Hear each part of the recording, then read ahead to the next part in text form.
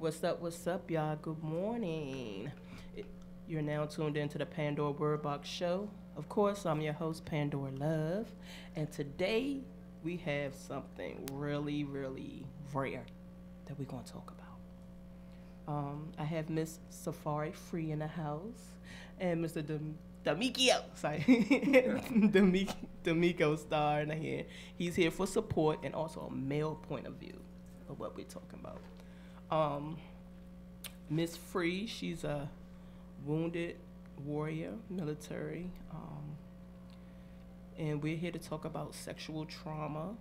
And my main thing is just because a woman dress a certain type of way, don't mean she asking for what you're trying to get. So, good morning, Miss Free. How you doing? Good morning. Good morning. I, as she stated, I am a prior military member, retired lieutenant colonel, sexual assault survivor. I served in silence for many years, and that was mainly due to the fact of victim blaming myself, the way society and the way that I was brought up. So I do promote consent, no means no, and efforts to help end rape culture. And I do it in a number of ways, but mainly by promoting a lot of art and images that state the way we dress does not mean yes. So no means no, yes means yes. And the bottom line is we really need to get to the root of teaching starting as young as the children what consent is, healthy boundaries, and all of those type of things in order to eradicate all these epidemics and remove the myths that we were so many of us were brought up believing. Right. So how long have you been on your campaign? I started my campaign this year, back in May. I really have been, my family has been a part of my counseling and my road to being a more healthier individual through self-care, building back up my confidence and self-esteem since 2012. But my incident occurred all the way back in 2002 is when the incident that occurred that changed my life. But I decided that I wanted to do something positive. I see so much in the media. We have the Me Too movement. We have body positivity movement. We have so many movements. But what I wanted to do was say, as a survivor, that we as women and even men can still be comfortable in our skin. We still can elude self-confidence, and sometimes that is through dress and dressing a certain type of way without feeling that we are to blame for what someone else did to us. Because rape and sexual assault is about power, and it's also about opportunity. And what they do, those who perpetuate rape and the predators, is they look for an opportunity to find someone in a vulnerable state and take advantage of them. So it's really not about what a person is wearing, more so is about a power, taking power over an individual and taking something from them that doesn't belong to you. Right. Well, in the media now is a lot of this conversation going on. Like, how long was it before you actually came out? Because that's the thing everybody's, bringing up now, why you wait so long, and, so what was it for you, when you came out, and how long did you wait? I've been coming out for a long time. I was in group therapy initially when I first talked about my sexual assault. I was actually in the Wounded Warrior Unit at Fort Gordon, Georgia. And I ended up running out of the session because as a leader, what bothered me the most as a young lieutenant in a unit that logo or mascot was bad boys and having a motor sergeant that stated that he would not even listen to me because I was a woman. So I experienced so much, and I had to fight for a lot of my female soldiers. So for me, I felt that being there as a major at the time, these young girls, which were, none of them were officers, they were all enlisted soldiers, were talking about their experiences. And I took ownership, like, what could I have done as a leader to help them so that they did not experience this. My leadership failed me, so at that point it just brought back all type of ideas that I had also failed as a leader. So I again began to victim blame. So I still was not ready to do the type of things that I'm doing now. But in coming out, some people, when they come out, they look to expose the individual. And many people, my husband was very angry at first. He wanted to, know the names of the perpetrators and wanted to see justice. But a big part of supporting victims and survivors is letting them come out on their own terms, letting them tell their story their way when they're comfortable, and as little and as much as they choose to share. Sometimes people don't want to relive the past and expose names and dig up the past in that way. I do it mainly for, it's therapeutic. When you talk about your truth and you can express it to, and you can say it out loud. It was many years my therapist had to tell me, you need to say rape. You need to say you were raped. And you need to say that this person that you trusted and you cared about raped you. Say his name and say he raped you. Because all I would say is that, oh, well, he did this and he did that. And because when you're socialized a certain type of way, you seem to think that part of it was your fault, that you did something or you behaved a certain way or even dressed a certain way to bring about that situation. And we all know that rape can even happen in relationships to include marriages. I always think about, and when I describe to my husband how, it is very important that he supports me and very important that he understands where I'm coming from, I can describe that scene in the movie The Color Purple when Mr. was on top of her and she was having sex, but she wasn't enjoying it. And she would go to another place and she would not be there. And that even happens in marriages. That even happens in relationships. That happens another way. And that even happens with rape. Sometimes people say, well, why didn't they fight? Well, sometimes when people are raped, it's a freeze factor, or they can't even believe what's happening to them, and they just kind of just can't speak or talk, and they're just stuck.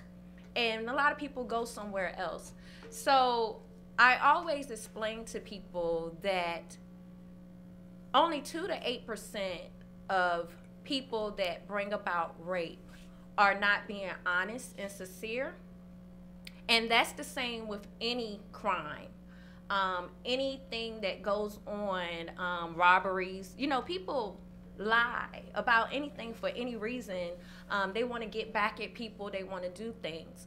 But I always say, start by believing the survivors, start by hearing them out, and if they choose to accuse someone, then that person also gets the opportunity to share their side of the story of what transpired. Because we do have situations where people can falsely accuse someone, even based upon wrongful identity. We've seen that happen. So I'm a strong believer in getting to the root of it.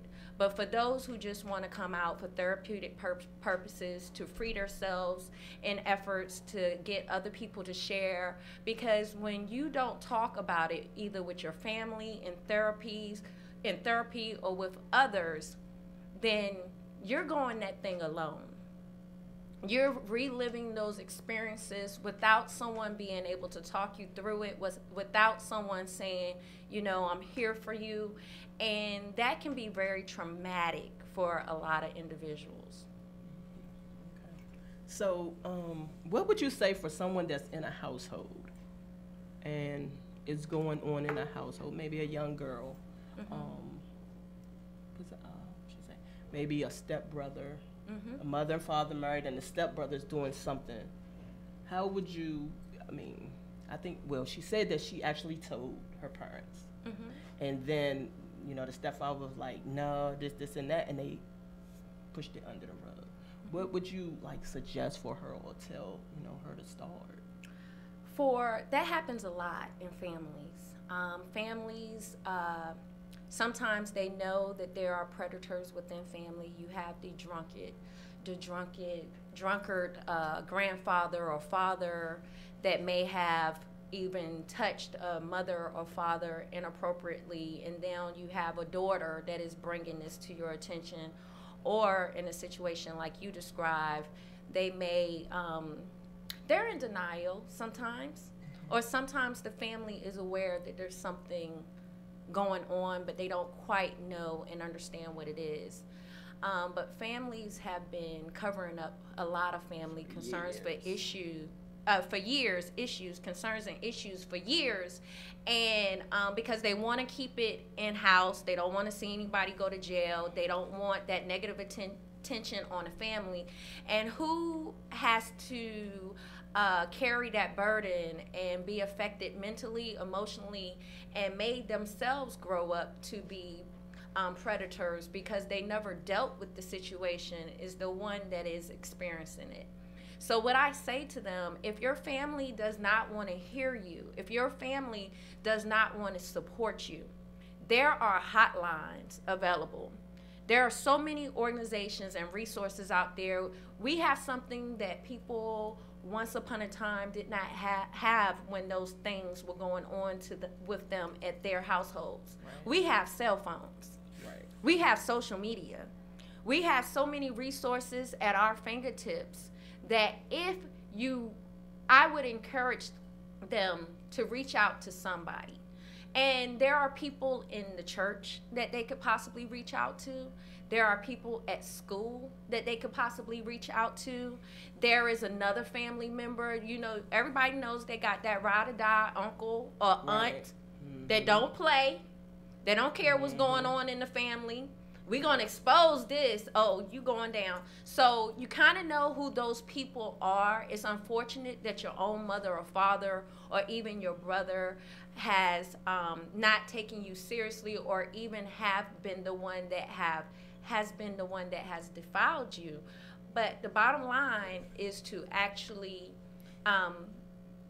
find someone that you can trust and get them to help you through that process. And sometimes that even means, and you can get therapy and you can do a number of things without, the authorities are good, the police are good, but, and I encourage anyone that has definitely experienced something very violent to definitely go to the police and the authorities and report it. But sometimes for victims, that's not their saving grace. Because they then, in some cultures, even in the U.S., police officers do the victim blaming. What were you wearing?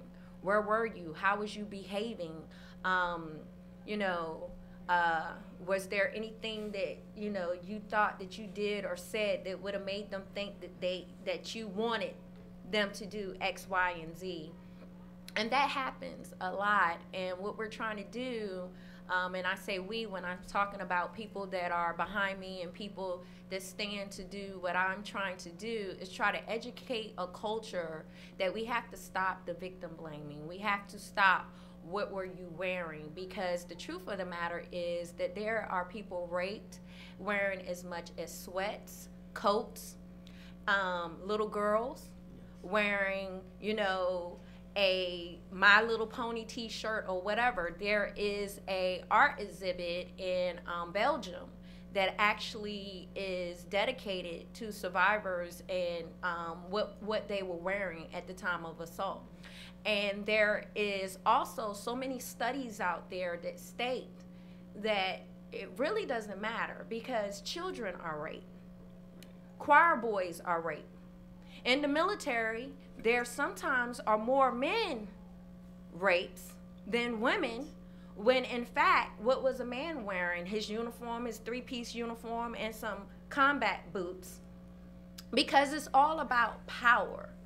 And so it doesn't really boil down to what a person was wearing as it does to, you know, trying to change a society where in Hollywood sometimes there's rape scenes and things of that nature, but there's no education after that fact, after watching that movie, or no, you know, what they do at the end of the movies, and they show the credits and things, you know, to say, hey, yeah, if something happened to you, you know, reach out and do X, Y, and Z, because some people look at that and they say, wow, you know, they got away with it, or this happened and it looked like something cool, or and it's not, you know, something to laugh about. But I just think about so many things that I watched growing up as a child, and so many things that I experienced. And I did think, even in school, you know, you talk about dress codes, they're really geared toward young girls. But then you have a dress code about wearing a short skirt or wearing short shorts. But then you got the cheerleader wearing the short shirt, the short skirt, right, shirt, whatever. You have the track runners that wear the short shorts, and then you have the wrestlers that wear very short, revealing. But how we are ingrained as a society that that's okay. They're athletes. They're dressed that way because they're participating in a sport. But wouldn't it cause the same reaction in a learning environment? Right. So how could you say that? What we need to do is teach about healthy boundaries and consent.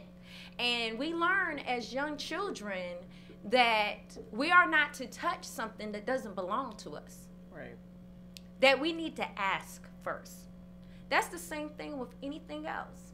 And when we talk about the schools, they need to make sure that it's recognized early on. And I would recommend in classes like sex ed and things of that nature that we talk about consent. We talk about healthy boundaries.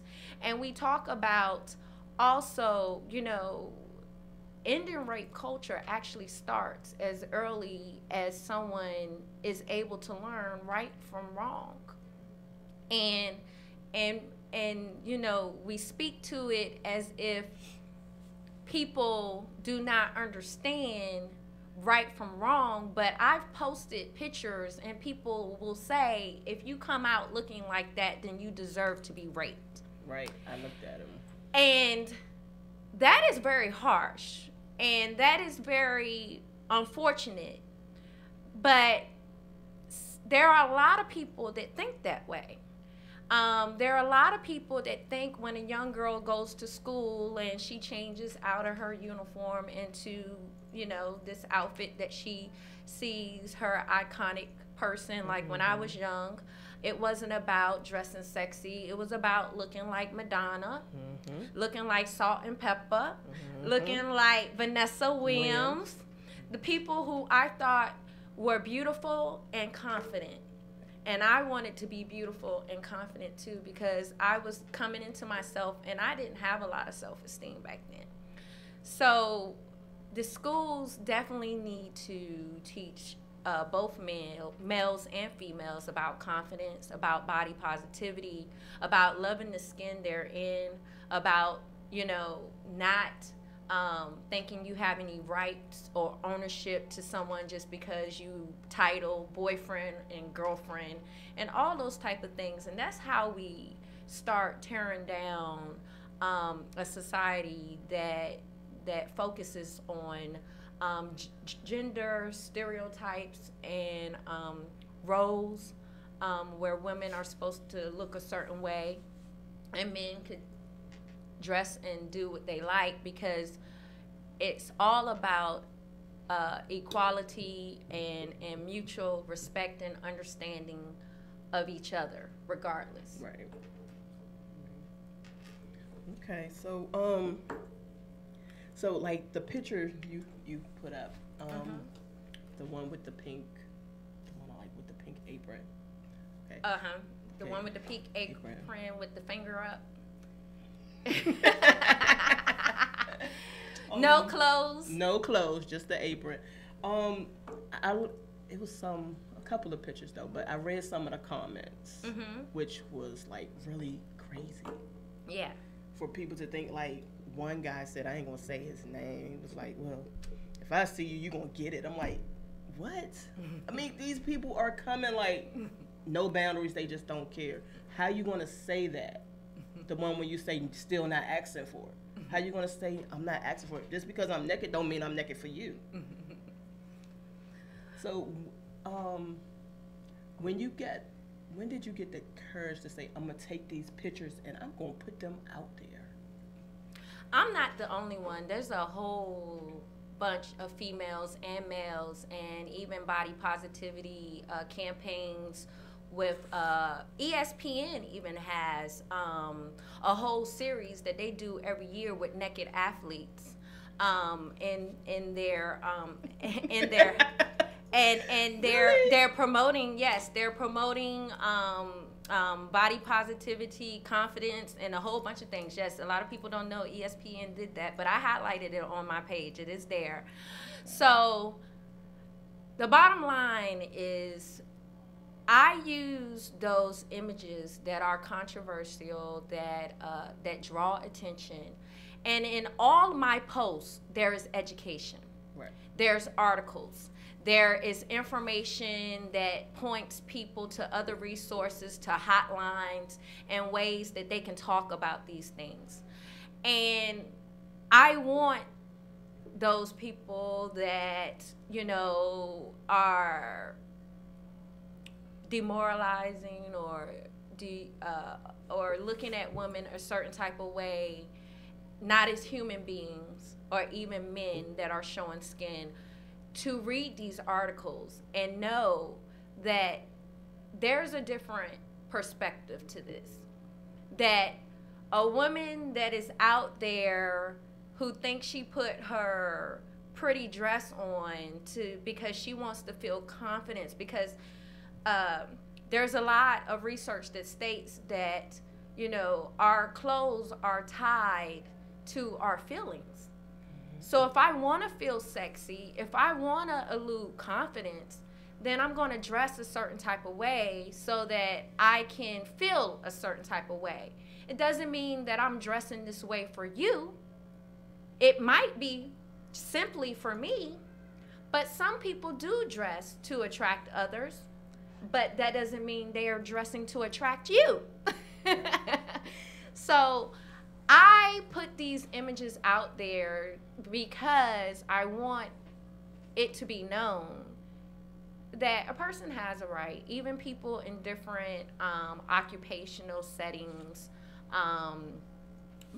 waitresses and bartenders in bars. I used to be a Hooters girl in college. And many people don't know that is a family restaurant. But many people don't know that. And, in that type of environment, you are friendly. You do sometimes hug your patrons, both men and women. But if someone was to put their hands on you or violate you or even slap you on the butt, I have a video on my page as well of a waitress being touched by somebody, and then she goes off on them, and the authorities are called, and that man is charged with sexual assault. So the bottom line is, you can feel like you can do these things to a woman because of the way she's dressed, but then when she takes her power back and she reports you, be prepared for the consequences. And that goes for women too. Women are more aggressive in today's society than we were in many years past, because we're empowered. We feel beautiful. We feel that, we have a lot more rights. But some people take that to a whole nother level.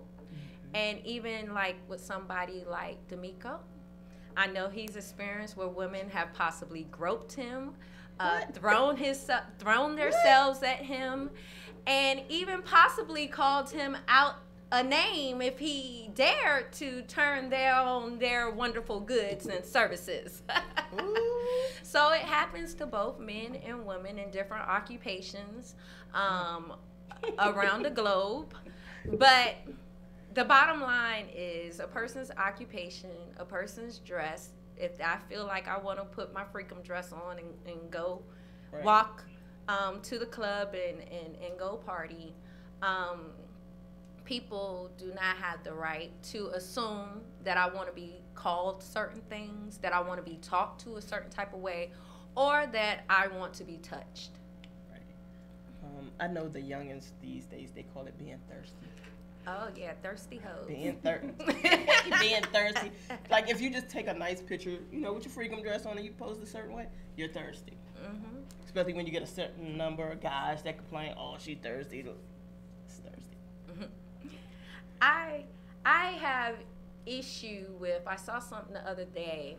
Me and my son, we do cosplay together. It's a hobby. And in cosplay, people, just like when we're young and we dress up as superheroes, or we dress up as our favorite actor or model, or whatever the case may be, and we play dress up. In cosplay, you do something similar. And I saw a post the other day of a full-figured, beautiful young lady, and she cosplayed a few characters, and she nailed them. And someone said, rate this young lady from 0 to 10 of what you think. And people was just like, what is she doing? She looks horrible. She looks this, she looks that. And I'm thinking to myself, I wonder what this is doing to her self-esteem. Yeah. Here it is. Cosplay is for everybody. No matter what your age, no matter what your size. But with that, she must have had the self-esteem to get up there to do it. Yes, she did. So some people did comment, oh, she eludes confidence. That's beautiful that she decided to do that. And my thought is this: I don't like to rate women or men from 0 to 10 against other people. Right. Comparison is the root to all evil. True. Comparing yourself to someone else is going to do a number of things, to include bring down your self-confidence or make you think that you have to be better than someone else when you don't. So this person was confident, she was beautiful, she did a wonderful job with her cosplay, and yet people was trying to tear her down because, I believe, because she wasn't a small individual, and because they had their thoughts on how a person should look. But I say definitely body positivity, and people who, because a lot of the cosplay, some of the characters dress very sexy, dress very very scandalous. And it takes a lot of confidence for people. But when somebody gets to be somebody other than their self, when you get to pretend to be somebody else, and you get to, act out that I am this superhero that is beautiful, that is confident, that is powerful. For some people, that is their world, and they love it. And I love it. I do it with my son. And when I do it, I'm usually a character that has in some way either been bullied or assaulted. And I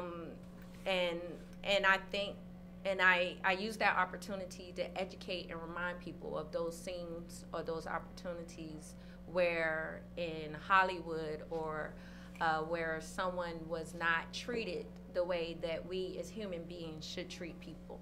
So it goes back to just making sure that people are comfortable in the skin they're in, And we, as individuals, have to do a better job of not tearing people down, but building them up. And when we throw those things out, like rate somebody from 1 to 10, and especially against others, it's hurtful. It can be very hurtful and painful to the individual that is being rated.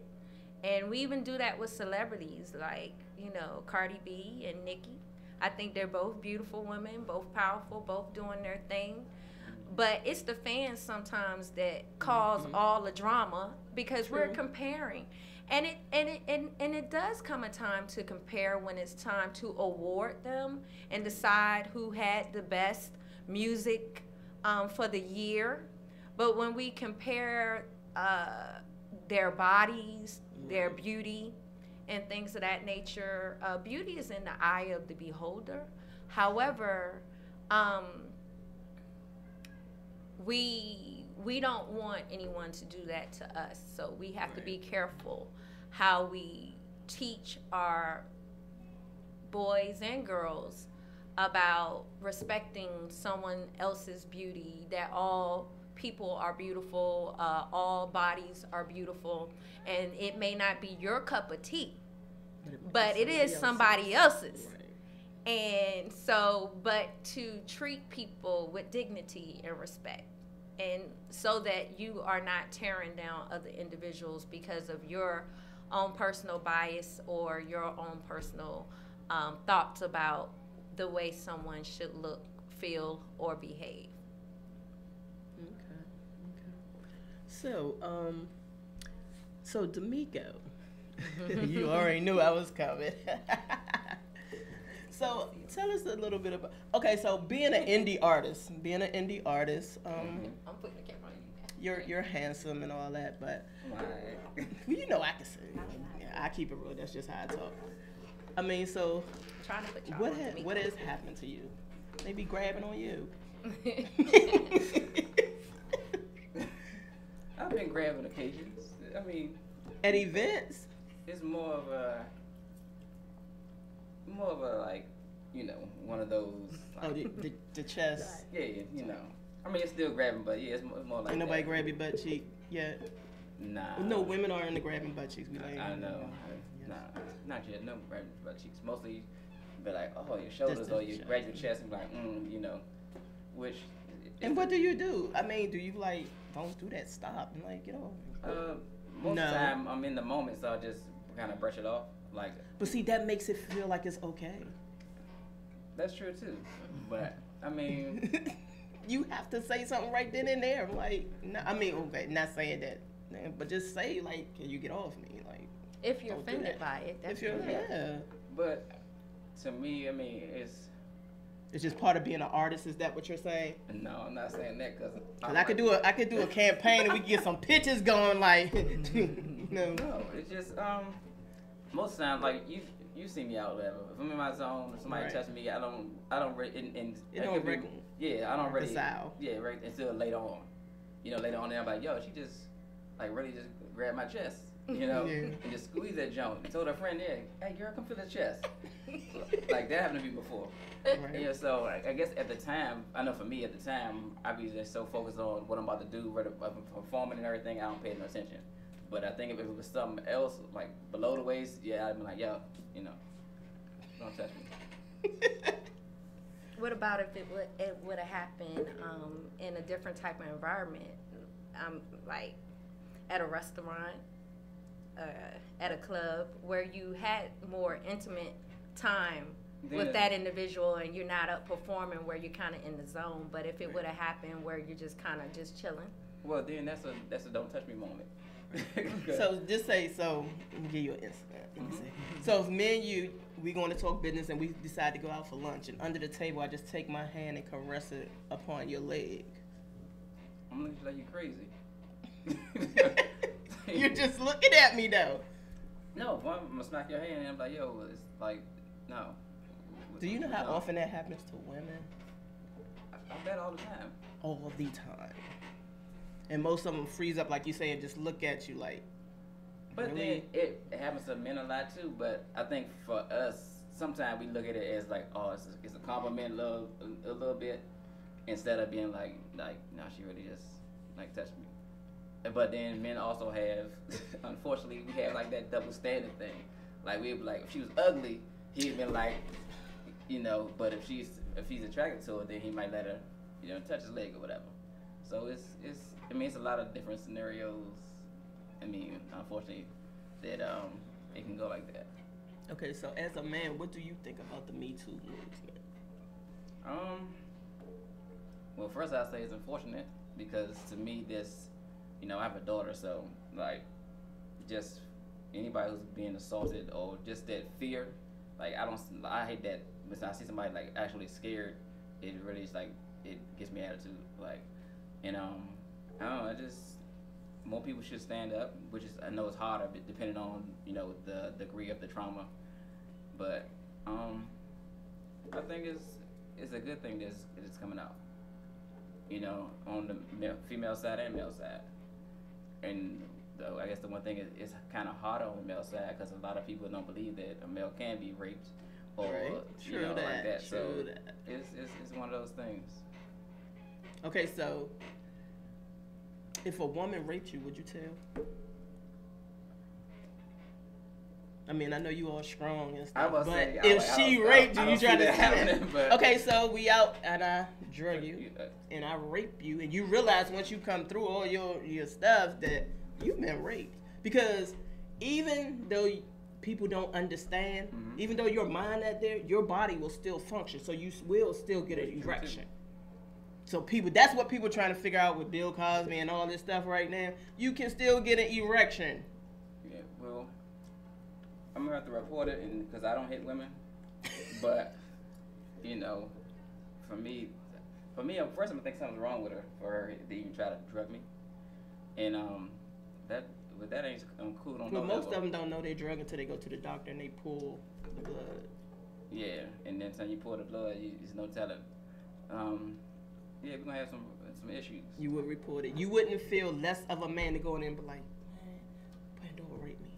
Yeah, and I'm like, yo, I would have some choice words. I might not say it. Right, you might not say it like Pandora said it, but yeah. But I'd be like, yo, she put some in my drink, such. Yeah, and I'm gonna get somebody that, that's kind of, I guess that's the hood of me. How about say, I'm gonna get somebody to find her. Yeah, but, right. I don't hear. But at the same time, the police gonna look at people that don't know. They're gonna look at you like, crazy. How she rape you? They looking at it like that, like how you let a female rape you? How did she overpower you? How she even get it hard? How she do this? That's the kind of questions they're gonna ask you. And that's true. And that's why a lot of dudes don't say nothing, because ain't nobody gonna believe that. Like okay, I go to the gym. Everybody who know me know I go to the gym all the time. Everybody but somebody say a female raped me, and just say they didn't know I got drugged or something like that. Ain't nobody gonna believe that. And that's the whole thing. That's the whole point. So I know it's a long road. Okay, so as they're talking about now, if it happened, would you tell right then or there, or would you wait and try to reconcile in your head like what happened? Where that could be years, because it takes some victims time to like really recognize what happened to them. Yeah, I look at those situations almost like anything in life. If I get in a fight with a dude today, it can be 5 years later. Something can trigger me. I can see him on the street, and those same feelings tends to come up.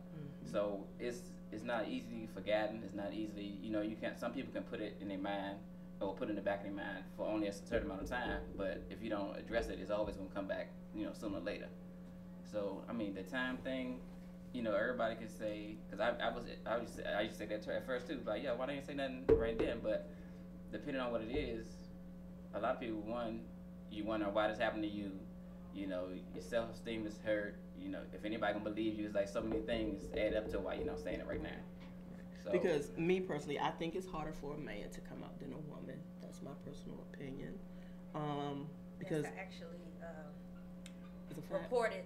Yeah, as a fact, because of society and how they view rape as it relates to female versus males. They assume that it happens to females more, but it just depends on the environment. Think about prison. Right. Right. And as I was preparing for your show, it brought a lot to my mind because I was thinking about a lot of different situations. Because now we have I can never get that LBGQ, I think I said it right, community. So what if somebody's in a relationship with another female and she tell her no and she still rapes her?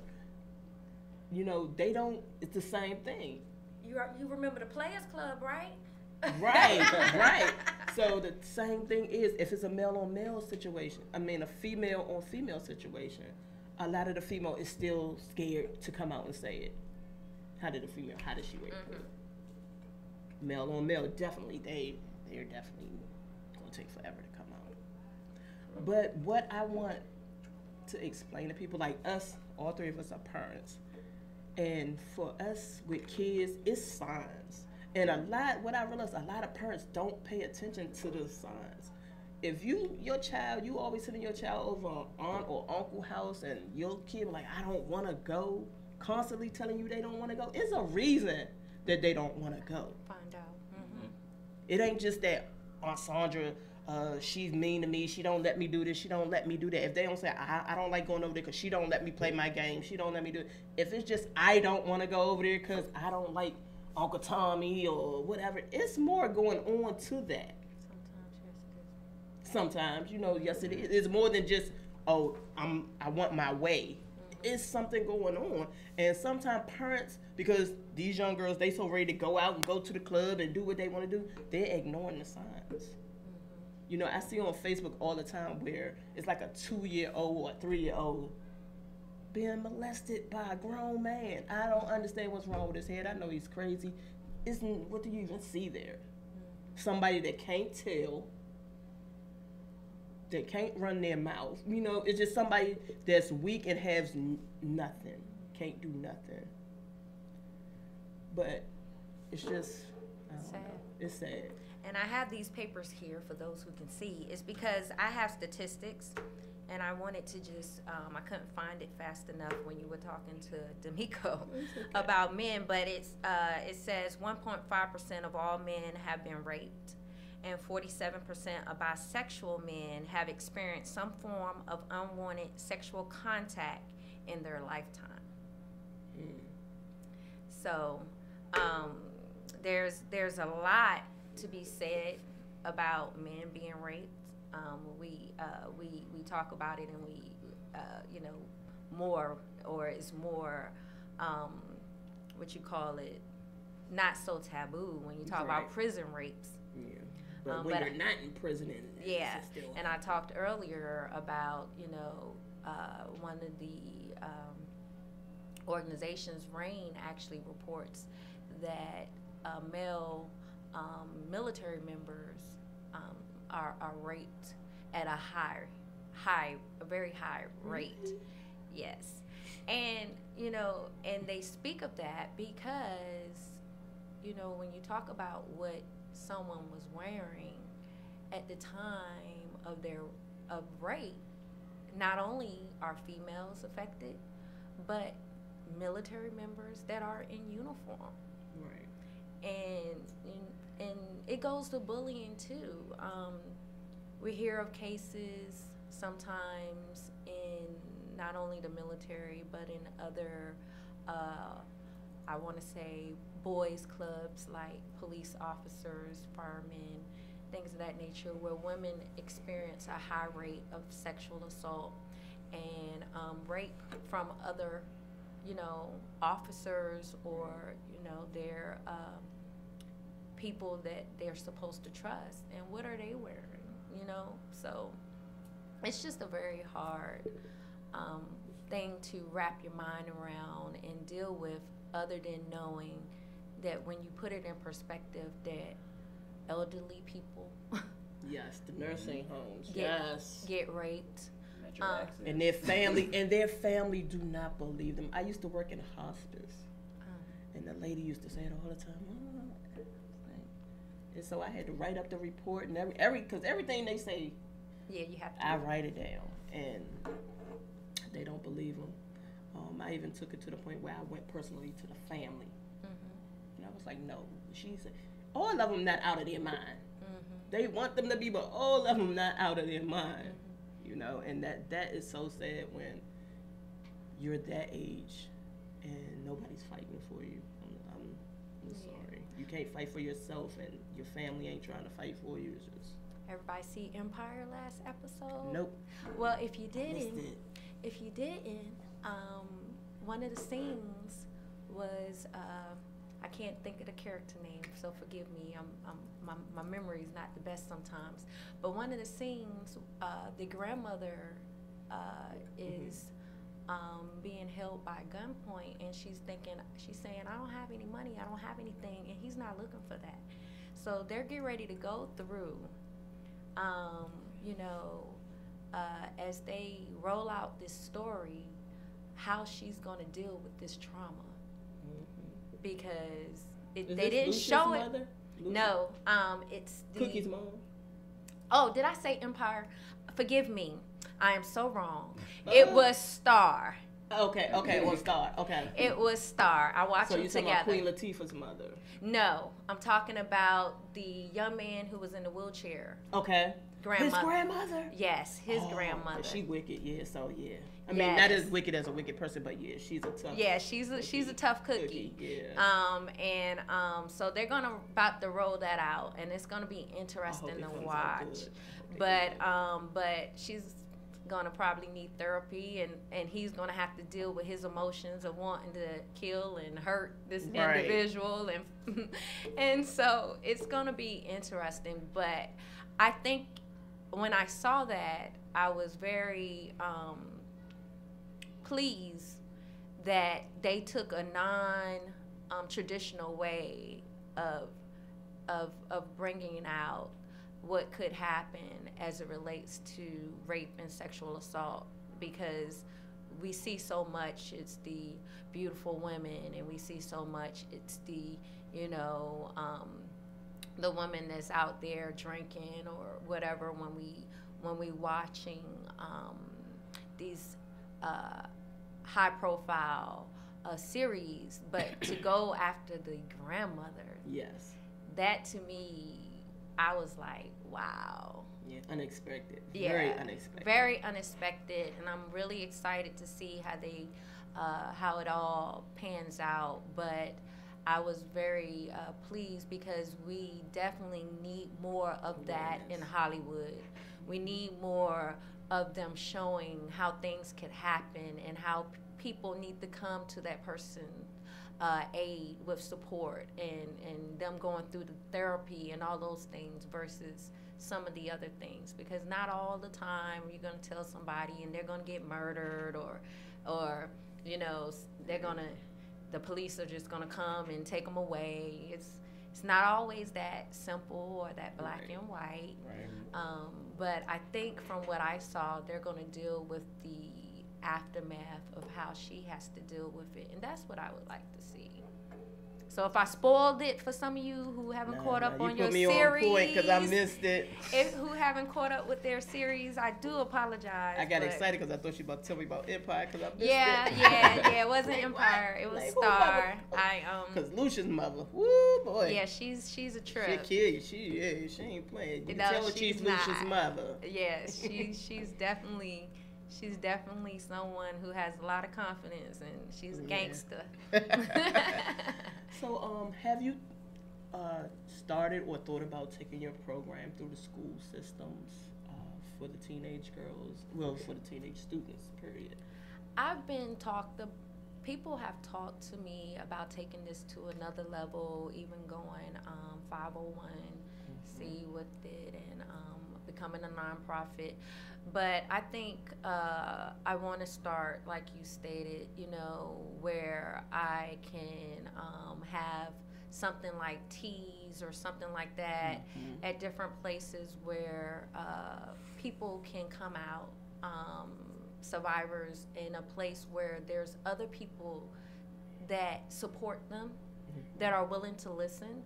There are places that I understand that do that. There's the Me Too plays, and there are a number of different people that take this opportunity to allow people to do spoken word, to allow art. So there are organizations that, you know, look to give people an outlet,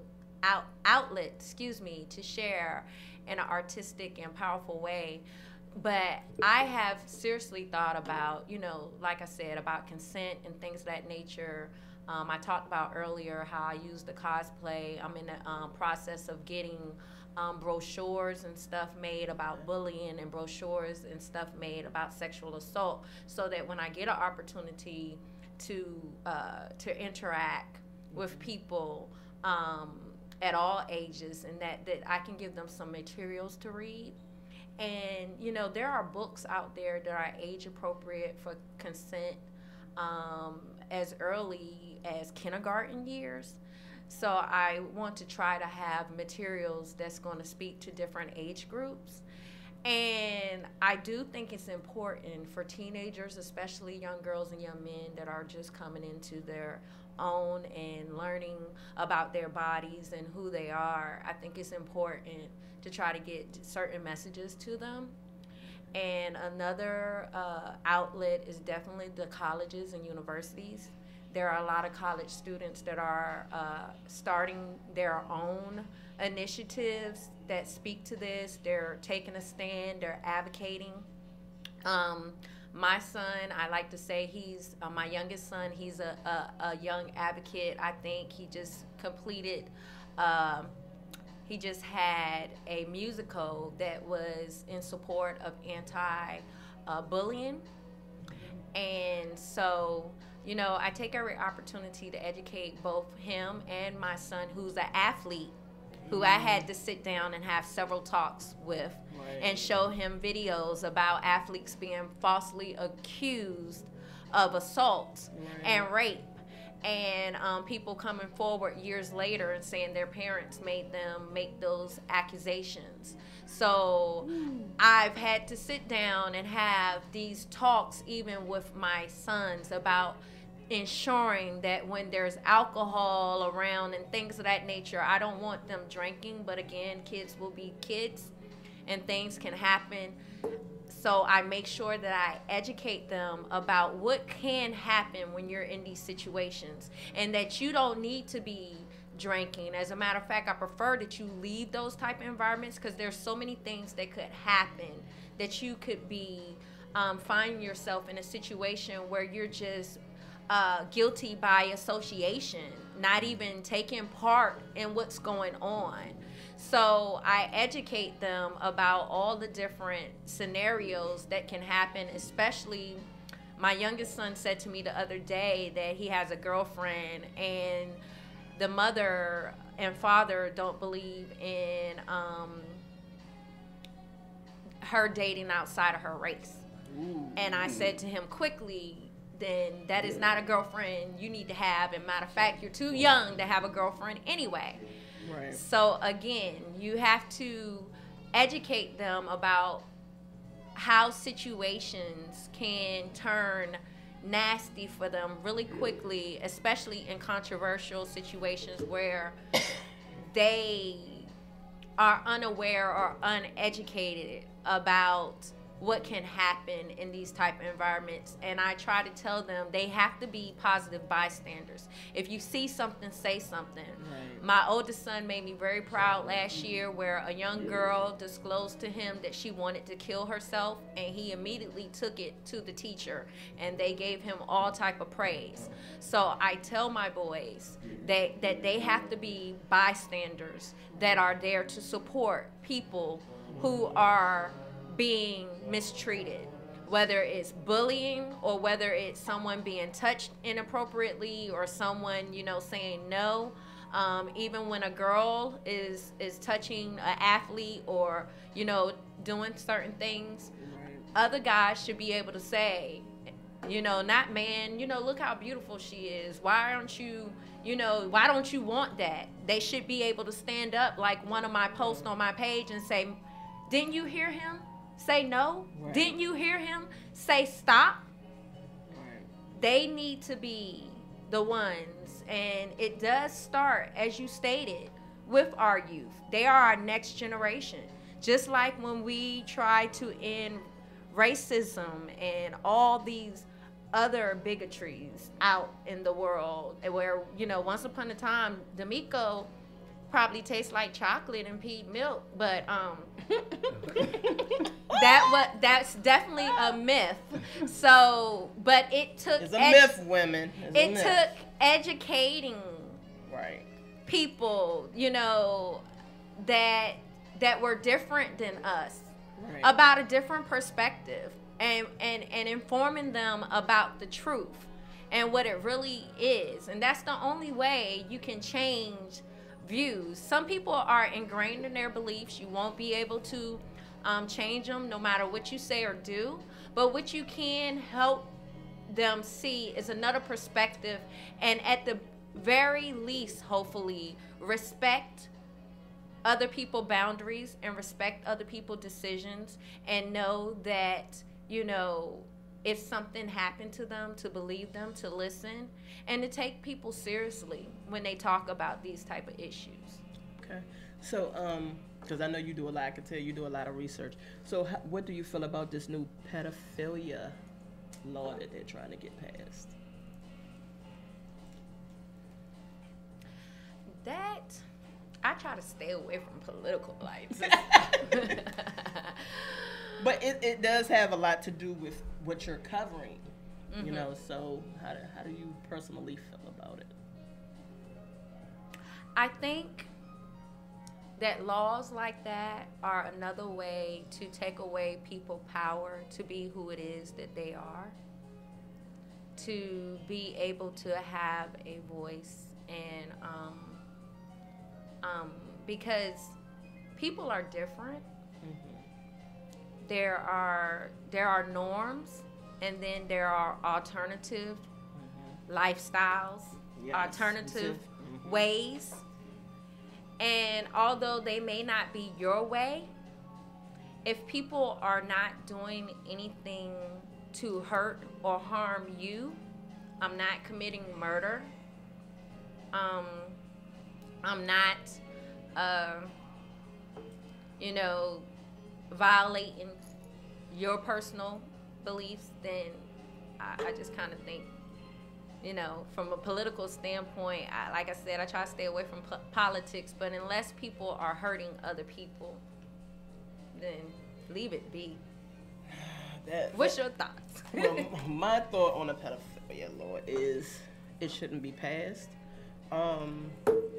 It's not okay to lust over my kids, my daughter, your daughters, nobody. It's just not. If you're a pedophile, you're a pedophile. Point blank, period, and you should, hey, do your time like everybody else. We understand that it's a sickness. They're saying it's a sickness, but is it a sickness or just something that you like to do? That's what they got to determine. Why does it have to be a sickness because he like little girls? No, he just like little girls. He ain't crazy, he ain't none of that. He good, got a good education, all that. But he just like young girls. But society want to medically diagnose him. No, why? That's just money for y'all. Ain't nothing wrong with it. He just like little kids. And I definitely have to apologize because I'm first to say that I was confusing that with another law they're trying to pass. Okay, you're gonna have to hit me on so that I'm one. Gonna have to you're gonna have to hit me on that one. Okay. But yeah, there's another law that they're trying to pass in the LGBT community, but and more specifically to that one, and I know a little bit about that, but not that much. That's not a area that I've researched or looked into. Okay. But I do know that they, just like with other crimes where they try to get people help first before putting them in general population and things of that nature. But you're saying if a crime is committed, then they need to do their time and pay their dues. And I would say that when it comes to criminals, then definitely whether it be in a institution or in the prison system, they just need to be taken out of the population. And because even in the prison system, if they think that someone needs help, there are social workers and psychiatrists in the prison system that will be able to get them the help that they need. But I understand, and when I say I've done a little bit of research on this, I understand that they've gone so far as to do studies to see if they could create like dummies or these doll babies and these sex little I did a show on baby sex doll or a young adult sex doll, and I personally was a little sickened by it, by the thought of it. I did a show on that. But again, I don't believe that, and like I'm not an expert on this, but I don't believe that it will take away their urges to have something real. The same thing with people who don't do that. I mean, I can play with my toys all day, but it's nothing like the real thing. Right. You know? So why is it going to make a difference? Domingo, you going to speak on that? Why is it going to make a difference? Why is it going to make a difference when you give them a doll? Now, if you want to give them that doll in jail or going through therapy, then fine, so be it. But after they've committed a crime, now, you know, I at that point, they need to be dealt with appropriately once it has been exposed that they have done something inappropriate as it relates to harming another individual. So it's unfortunate. But yeah, I did see those dolls and I thought, crazy. Oh my God, really? But I mean, here in the DC area, everything that I see on the news, I find it hard for the kids, or I'm gonna say young ladies, because I got daughters. I find it hard for them to trust anybody. We done had police locked up for running a prostitution ring. Right, in our area, and military members, military members in Southeast, and all kind of people, school substitutes, preachers, all these different things. So, who do these kids trust? The officer-friendly thing, they don't want to mess with police no more. If something happened and your daughter on the way home from school, I told my daughter, make it home. Don't talk to no police. Don't talk to nobody. Make it home. And always stay, you know, where's a lot of people. You know, that's always been a number one rule, even when we were young. Always be where there's people to see you. But now that people just doing anything, what do we tell our kids? The only thing you can, I mean, in the military, and like I tell my boys, in the military, there's the buddy system. Right. And so, you know, especially when you're in environments that are unfamiliar, that are not where there's heavily populated, where somebody would see something or a camera would see something, that there's safety in numbers. Right. There's definitely safety in numbers. So you try to, I was a loner, so I violated this to the nth degree, you know, as a young girl. And there was times where, you know, things happen. So, and my mom can even attest to this. Me and her both had to go to court when I was in middle school because I was, and I didn't even remember this till now. I've never talked about it in public. And my mom, she was very upset, but I was kissed by my middle school gym teacher. And I had hooked him up with my mother prior to this. And so my mother was in the process of about to be dating this man. And come to find out that he liked both the mother and the daughter. And we had to go to court because evidently it wasn't just me. And I wasn't the one that told, but it was other young girls and someone told. Okay. And, but again, there's safety in numbers because he would pick me to stay after and help put away the balls and things of that nature. So I and it's really true how you tuck these memories away and you don't think about these things until you be in a conversation with somebody. You're in a conversation and just like whatever. Because even back then, I was so heavily approached by older men as a young girl that I saw it as something that was normal. That's something that was kind of okay. I just figured, you know, they thought I was attracted. That was kind of cool because I wasn't raped and I wasn't hurt. But even the mere fact that he, you know, kissed me as a teacher, it was wrong. And I mean, as a young girl, I just kind of, you know, flinched, looked at him crazy and went about my way. But I would say to any girl or boy, because it could have happened to a boy too, right?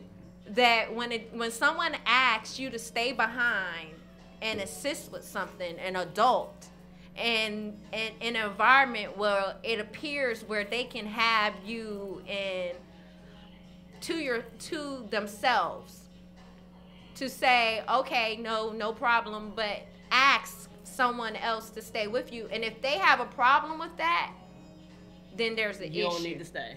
There's an issue. You need to go. But I think that we are too trusting sometimes of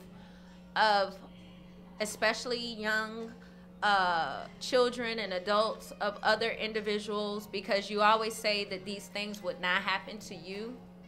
But the best way to try to avoid being a victim is to, you know, is to have a buddy. Right. Okay. All right, y'all, we're going to take a break. Yeah. You got something you want to do? Huh? What a break? You wanna sing to him before we take a break now. This is interesting. What? What's interesting about it, Diego? I'm learning, observing.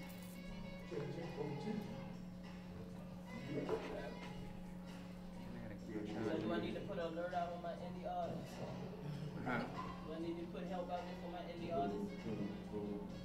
You know, after a certain point. So.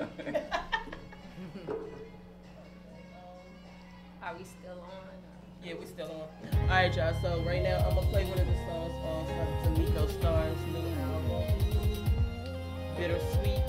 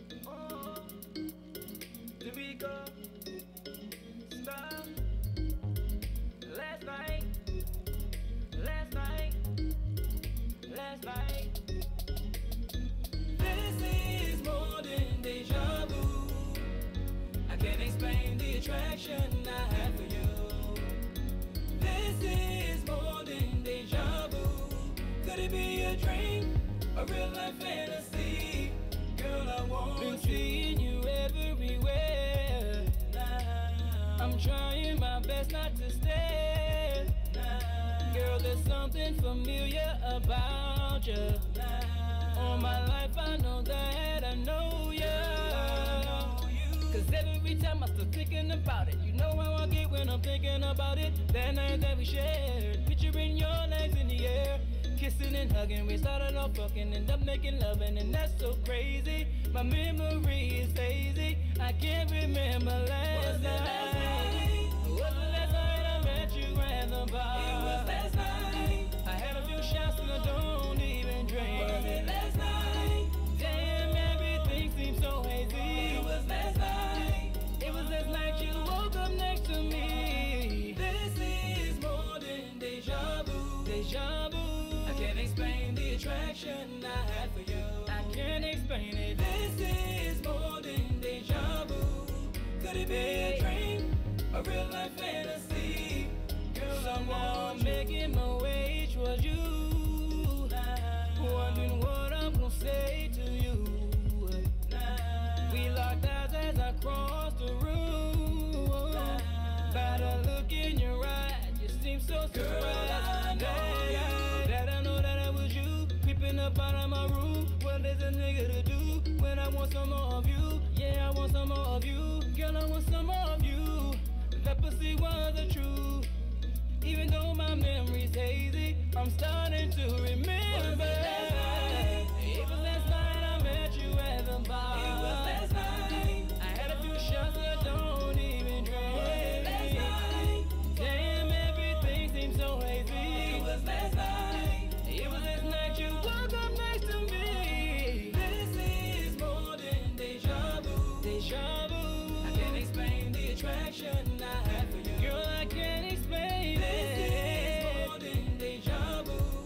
Could it be a dream? Could it be a dream? Real life fantasy? A real life fantasy? I remember all about it. Sitting at the bar, VIP was crowded. I was sitting by myself when she walked up on me. I was thinking to myself, goddamn, she bad and bougie. Now she biting her lips like she wanting to do me. We go to the room cause I know we gon' do it. She snatch on my shirt and I snatch off her bra. She know what she wants, she came here with no draw. Last night, was the last night I met you at the bar? It was last night. I had a few shots and I don't even drink. Damn, everything seems so hazy. It was last night. It was last night you woke up next to me. This is more than deja vu. Deja vu. I can't explain the attraction I had for you. I can't explain it. This is more than deja vu. Could it be a dream? A real life fantasy? Girl, I want you. This is more than deja vu. I can't explain the attraction I have for you. This is more than deja vu. Could it be a dream? A real life fantasy? Girl, I want you.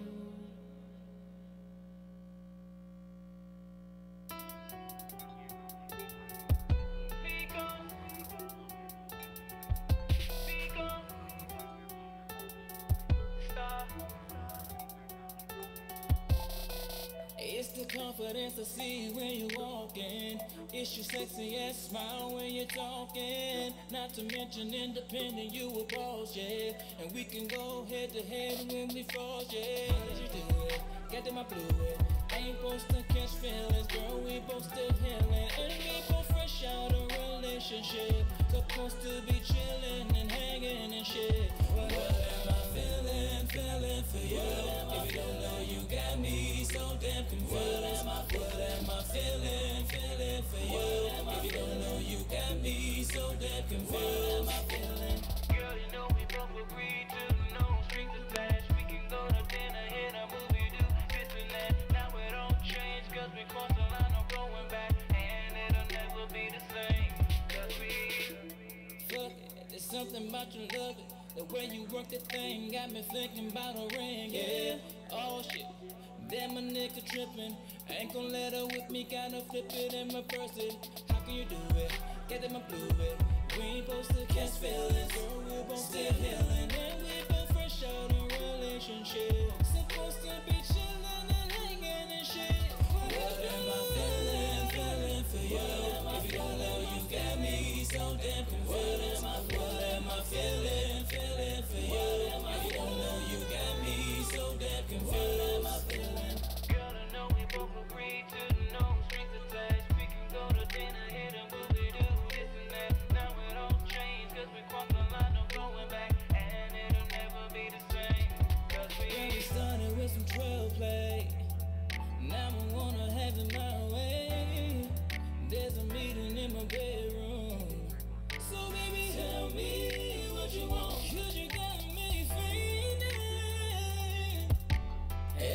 freaking night and every freaking day before I let you go away. What am I feeling for you? If you don't know, you got me so damn confused. What am I feeling for you? If you don't know, you got me so damn confused. What am I feeling?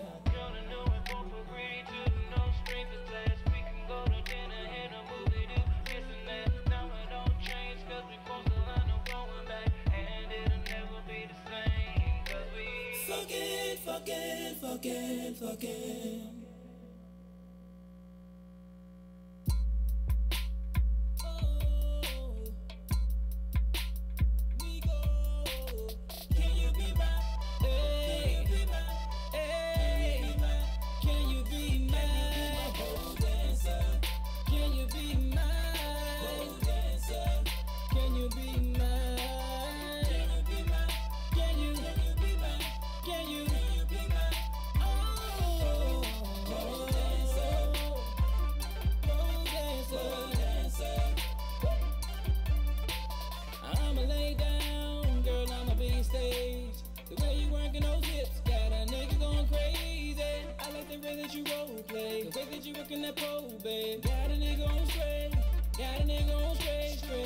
Straight.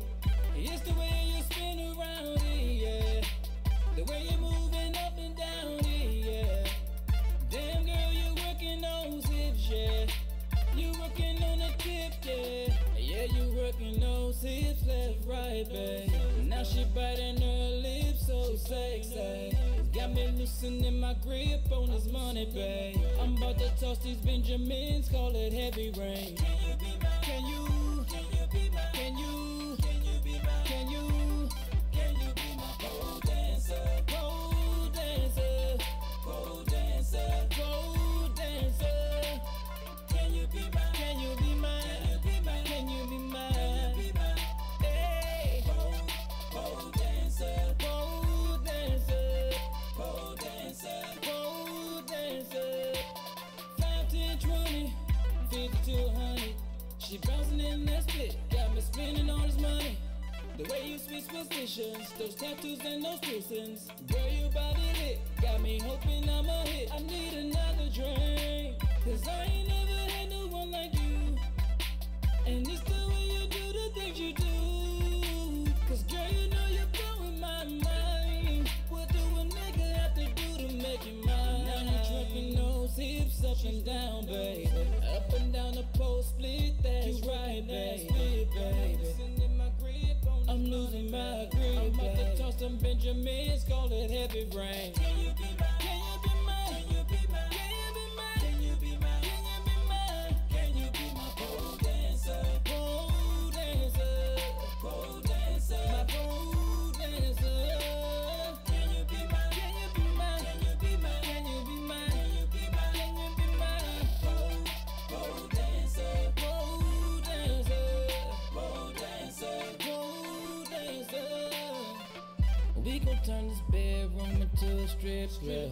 And I'ma give you dirty and I'ma show you love. Then I'ma make it rain, then we gon' pop some bottles. And I know it's your first time, so you don't have to swallow that drink, just take a sip. Girl, take your time and move those hips for me. And I like it when you move slowly. Right there, that's all I need. Can you be mine? Can you be mine? Can you be my pole dancer? Pole dancer. Can you be mine? Can you be mine? Can you be mine? Pole dancer. Pole dancer.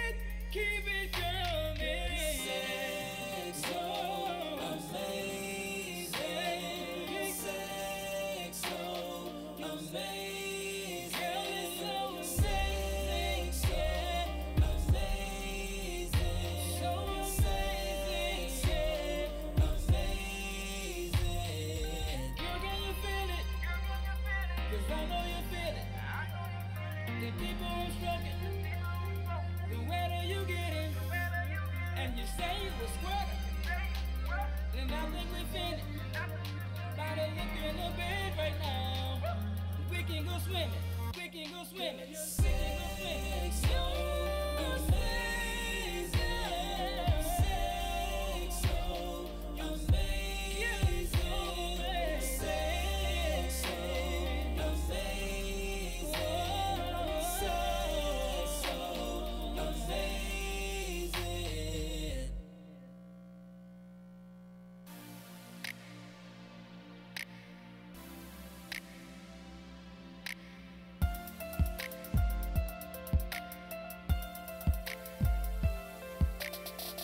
6 o'clock and I'm anticipating that knock, knock, knock from a lady. 'Cause when she come through the door, I'll have something in store. 'Cause you done work hard all day now. You don't have to worry 'cause dinner's on me. Tonight I'm gonna take care of all of your needs. 'Cause I'm the remedy. The cure is right here with me. 'Cause I'll be your aspirin, baby. I'll give back your appetite. Tonight is all about you, it's not about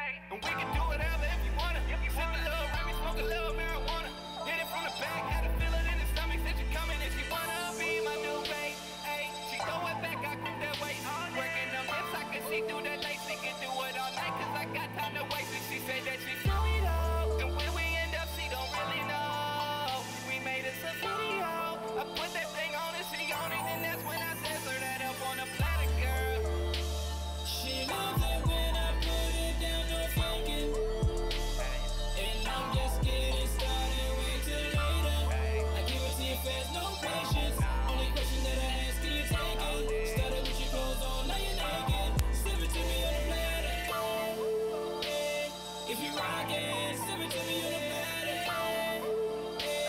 If you like it, sip it to me in the bed. If you want it, sip it to me in the bed. If you rockin'.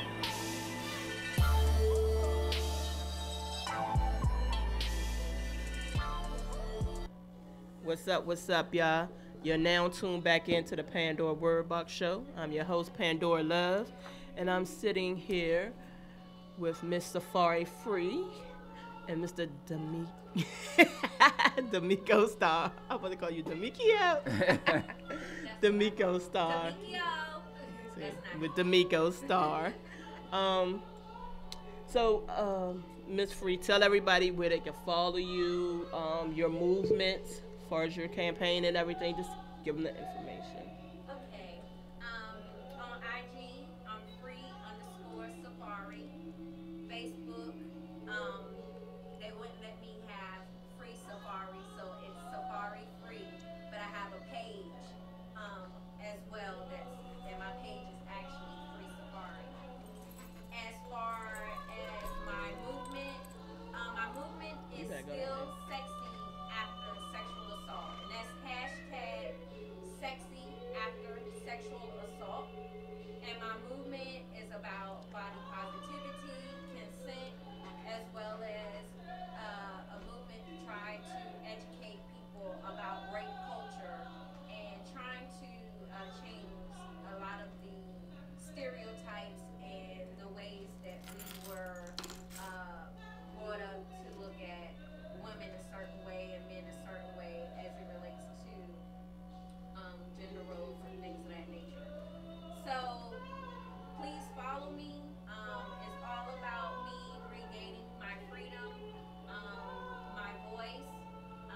There was a time after my assault where I felt like I did not, although I was beautiful, a lot of people told me I was beautiful, I felt ugly, I felt unattractive. I turned away from dressing the way I normally dress, and I even attempted suicide on more than one occasion.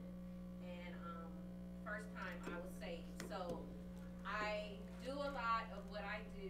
The sexy after sexual assault is therapeutic for me, and it has also helped others find their freedom. Although everybody may not agree with my methods and the way that I do it, hopefully everyone can agree with the message. Okay. All right, y'all. All right, so the music you've been hearing today also came from Mr. D'Amico Star. Thank you. His new CD that's been released, Bittersweet. You can find it on all music outlets. Mm-hmm. If you're here in the DMV, you can hit him up. He can bring you one. If you don't do the card thing and all that good stuff, like people be saying, I don't got no card. He will drop it off to you. Or hit me up and I'll have him drop off to me. I'll bring it at the station or something. We'll get it to you. All right. I want to thank you both for coming in. Thank you for supporting her, D'Amico. Mm-hmm. Thank you for having me. It is a pleasure and a privilege to be here today with you, and that you even gave me the opportunity and the thought to have me on your show. I really appreciate you. You're welcome. That's what I'm for. That's what the platform is for. So we got to get the information out there. All right, y'all. If y'all ain't doing nothing, come on out to the mall, Girard Street, Garvey. We got the parking lot out in Iverson Mall, the stage, what is it called? Iverson Mall Summer Series, Concert Series, Art Guala, and some of the other hot DMV indie artists. And that's so odd for me not to know their names as much as I deal with the indie artists. But I remember Art Guala because he's from around my way. So, D'Amico Star. D'Amico performs October 13th, y'all. Aguala and a couple of other hot artists are out there today. So come on by. We'll be out there till about 3 o'clock. It already started. So we right here at the shops of Iverson, 3737 Branch Avenue, Temple Hills, Maryland. See y'all when y'all get here.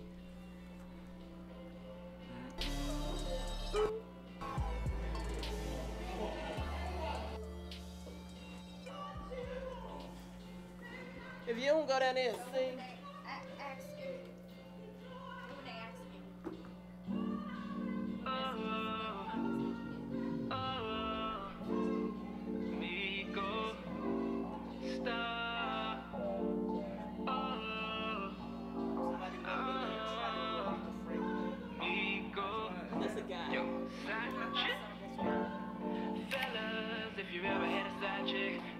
one's for you, you. I'm not leaving all my ladies. If you ever had a side dude, this one's for you, you. Baby girl pretty, you knew what it was from the very beginning. And if I'm not mistaken, you told me that you didn't want anything too serious. And I can see it in your eyes that you're getting more and more and more and more and more, more curious. And they say curious